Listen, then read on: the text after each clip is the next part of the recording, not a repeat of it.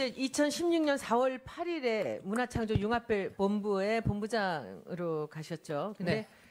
왜 차은택 단장이 가장 잘 나가던 시기에 그가 명예단장으로 빠지고 염영숙 증인께서 단장으로 임명되었다고 생각하십니까?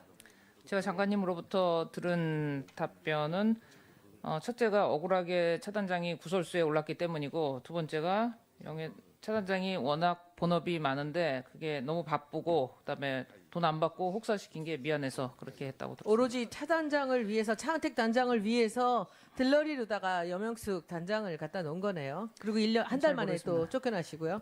두 번째 질문입니다. 그러면 거기서 일을 하실 때는 차 단장하고 염영숙 단장과하고는 업무상 어떤 관계였습니까? 업무상 표면적으로는 아무 관계도 아닙니다. 그러나 실질적으로는 명예단장이라는 그 프레임이 너무 컸고, 그래서 제가 할 수 있는, 그래서 저는 뭐 하나요? 했더니 저는 6개월 내에 성과를 내는 것이라고 말씀을 하셨습니다. 그리고 근데 고간을 열어보니까 97억이 남았고, 그걸 쓰면 됩니까? 했더니 그게 아니고 다 정해진 곳이 있으니까 궁프로젝트 30과 공모전 67억, 거기에다 다 쓰라고 한 것이었습니다. 제가 할 일이 아니었다고 생각했습니다. 도장만 찍으러 가신 거네요, 그러면. 나중에 말하자면 문제 그렇습니다. 생기면 책임만 지는 거고. 아마도 그러지 않았을까 싶습니다. 네, 세 번째. 그러면 장관한테 왜 차은택과 일정한 선을 긋고 이 문제가 많다고 그러셨죠? 들어가 보니까. 일정한 선을 긋고 문화부 감사라도 지시해야 하는 게 아니냐고 충원을 하지 않으셨습니까? 직무유기 아닙니까? 여러 번 말씀드렸습니다. 아, 그렇습니까? 네, 근데 뭐라고 그러셨습니까? 그랬더니. 두 가지의 답변을 하셨는데, 이 영수증이나 이런 그 서류 미비에 대해서 걱정된다고 말씀드렸더니 공무원들이 알아서 하니까 너무 걱정하지 말라고 하셨고, 또 그다음에 만약에 차단장이나 이런 그 또 다른 분들이 이게 일단 그 뉴스를 이렇게 타고 있으면 좀 어느 정도 선을 좀 거주시는 게 어떻겠습니까? 다른 공무원들도 좀 살아야 되지 않겠습니까?라고 말씀 올렸더니 그냥 인용구 그대로 말씀드려도 되겠습니까? 네. 은택이와 명천이는 내가 오래전부터 같이 있었던 수십 년 된 제자들이기 때문에 나는 그들을 버릴 수 없어라고 말씀하셨습니다. 그래서 본인이 나갔군요. 네 번째 질문 드리겠습니다. 이런 부조리한 상황을 보시고 장관도 말을 들어주지 않는데 다른 행동은 안 했습니까? 이걸 그냥 보시고 넘어가실 것 같지는 않았는데. 많은 곳에 말씀을 드렸습니다. 그랬는데 어디 말씀을 하셨습니까? 어필을 하셨습니까? 사실 그 내부 직원들한테는 뭐 거의 많이 얘기를 했고, 그다음에 그 문화부 상급 그 공직자들은 거의 다 알았고, 뭐 미르부 장관님께도 말씀을 드렸고, 그다음에 결정적으로 이제 문서 보고를 하거나 한 것은 이제 국정원 소통관, 문화소통관에게 말씀을 드렸습니다. 근데 그 결과 원칙 행정을 하다가 좌천되신 분은 그 국정원 소통관님이시고, 그다음에 사실 가장 이걸 바로잡으려고 하신 유일한 문화부 공무원분이 계신데, 그분 지난번 사직하신 1급 실장님이십니다. 누구죠? 이름이? 윤태용 실장님이십니다. 윤태용 실장님께서 그러면 그 여단장님을 도와주시려고 많이 했었습니다. 도와주셨습니다, 실제로. 네. 다섯 번째 영수증을 죄송합니다. 영수증을 네네. 받게 된 것은 기재부 출신이시죠? 지난번에 유일하게 나왔었습니다. 윤 실장님 도움 때문이었습니다. 그리고 국정원에서는 그러면 도와주시려고 하다가 그분도 또 그만두시게 됐습니까? 아프리카 내전 지역으로 발령받으셔서 성함이 어떻게 되십니까? 제가 말씀드려도 되는 들어도 건가요? 괜찮습니다. 하셔도. 네, 그분에겐 제가 그분은 국정원은 안 됩니까? 예. 네, 알겠습니다. 하여튼 일을 도와주시려다 아프리카로 쫓겨가신 거군요. 그는 제가 뉴스 보도를 보고 알았습니다. 마지막 질문하겠습니다. 문화창조융합본부는 이제 그러면 해체되어야 되는 거 아닙니까? 그건 좀 고민을 해야 되는 사안이라고 생각을 하고 지혜를 모아야 될 거라고 생각을 합니다.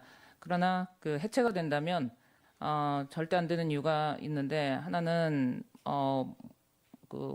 목욕물 버리면서 애까지 버리는 상황이 될까봐 그런 거고, 또 하나 더 중요한 것은 증거가 인멸됩니다. 그래서 반드시 이거는 고강도 회계감사와 그다음에 수사가 이루어져야 된다고 생각합니다. 그래서 미심쩍은 걸 떨고 다시 재건이 일어나야 된다고 생각합니다. 네, 답변 감사드리고요. 마지막으로 한마디 더 하실 얘기 있으시면 한번 해보십시오. 일하다가 억울한 분이 나오는 일, 그런 거 없어야 되고, 그다음에 재가를 물렸기 때문에 일을 못한다라고 하는데, 그런 시스템은 이제 그만되어야 된다고 생각합니다. 이거 그냥 알아서 재가를 그냥 뱉어도 될 시기가 아닌가 싶습니다. 네, 감사합니다. 아주 용기 있게 얘기 잘 해주셔서 감사드리고요. 본부장으로 임명된 후에 5월 31일 그만두셨습니다. 해임되신 겁니까? 네, 형식적으로는 사임이었지만 실질적으로는 사직 명령이었으니까 해임입니다. 해임 통보는 누가 했습니까? 당시 김종덕 문화부 장관께서 하셨습니다. 해임 사유는 뭡니까? 해임 사유는 표면적으로는 게임물관리위원회 업무 폭증 때문에 되돌아가라라는 거였지만 정말 그것입니까? 라고 했더니 대통령께서 아침에 전화하셔서 내려보내라라고 말씀하셨다고 전하셨습니다. 대통령께서 그렇게 지시하셨다는 말이에요? 예, 그렇게 말씀하셨습니다. 증인이 추측하는 해임 사유는 뭡니까? 당시에는 뭐 제가 그 직원들 사이에서 여기 계신 그 콘텐츠진흥원장으로부터 점령군처럼 신임 단장이 점령군처럼 굴어서 일을 못하겠다라는 말이 돈다. 그리고 자꾸 불필요하게 영수증 달라고 하는 것 때문에 일을 못하는 것 같은데 앞으로 해야 될 일이 많은데 이건 문제가 좀 많다라는 얘기를 장관께서 직접 저한테 하셨었고 그다음에 이제 절차 없이 진행되는 것들에 대해서 몇 번 말씀을 드렸었는데 그것들에 대해서 지속적으로 계속 제가 드린 그 의견이 결국은 무시되었고 뭐 그런 것들에 대해서 제가 혹시 뭐 반감을 갖거나 일이 또 원하시는 대로 안 될까 해서 나가라고 하신 거 아닌가 그렇게 생각했습니다. 여명숙 증인, 국회 정원에서는 그런 데는 인물에 대해서는 실명으로 밝혀주셔야 합니다. 네, 그렇게 하겠습니다. 문화창조융합본부의 핵심 사업인 문화창조융합 벨트는 차은택 증인이 본인의 은사인 김종덕을 문화부 장관에, 외삼촌인 김상률을 청와대 교문수석에, 가장 가까운 송성각을 콘텐츠진흥원에 배치하면서 각종 문화사업을 통해서 사적 이익을 취한 박근혜 최순실의 핵심 문제 사업입니다. 재직하는 동안 발견한 가장 큰 문제는 뭡니까? 여러 가지를 들 수 있겠습니다만은 한마디로 말씀을 드리면 뭐 지금까지 언론에 보도된 내용을 이전에 혹시나 이런 게 아닐까 해서 염려했던 것을 요약해서 말씀을 올린다면 이게 합법 또는 그 시스템 적절한 시스템인 것처럼 가장해서 구조적으로 국고가 새어나가게 하고 그것을 방지하는 것을 합리화하는 것 그것이 가장 문제였다고 생각합니다. 2016년 문화창조융합 벨트 사업 예산이 904억입니다. 그런데 합법을 가장한 말하자면 불법으로 이렇게 사업이 진행됐다고 하는 건데 참 큰 문제라고 생각합니다. 이 부분에 대해서 예산 904억인 건 아셨습니까? 904억이 아닙니다. 제가 첫날 그 업무 보고 때 또 그다음에 장관님으로부터 업무 지시를 받을 때 갖고 있었던 페이퍼에는 총 1,300억입니다. 그리고 904억은 기금을 뺀 것으로 아는데 단장 포지션에서는 그 모든 거를 1,300억 전체를 총괄하는 것이었습니다. 이진식 부단장은 업무보고 시에 차은택 감독이 명예단장으로 계속 일하는 것으로는 내부적으로 다 알고 있는데요 라고 했다는 이야기가 비망록 같은 데 나오는데 문화창조융합 벨트가 차은택 증인이 틀을 짜놓은 사업으로 보십니까? 저는 수시로 그렇게 들었습니다. 그래서 그걸 바꾸지 말라라는 명령을 장관님과 수석님으로부터도 들었었고 그리고 직원들 역시 이거를 손댈 이유가 없는데 왜 자꾸 뭐 같은 질문 또 같은 문제에 대해서 같은 상황에 대해서 지속적인 그 문제 제기나 또 뭐 절차에 대해서 왜 자꾸 물어보느냐라는 반문을 받았습니다. 그러면은 차은택 증인이 본부장에서 물러난 뒤에도 명예단장으로서 모든 사업에 관여를 하고 그리고 이렇게 사업에 관여하는 것은 어떤 특혜 때문이라고 보십니까? 저는 차은택 전임 단장을 한 번 미팅한 거 이외에 그 이후에는 융합벨트에서 본 적은 없었습니다만 직원들은 회의에 참석했다고 말했었고 그다음에 제가 나간 후에도 거기 벨트에 와서 사업에 참석했었다고 들었었습니다. 어떤 혜택, 어떤 사적 이익을 취했다고 생각하십니까? 제 입장에서 그 구체적인 거를 다 들여다볼 만큼 그렇게 충분한 시간을 갖고 있지는 못했었습니다.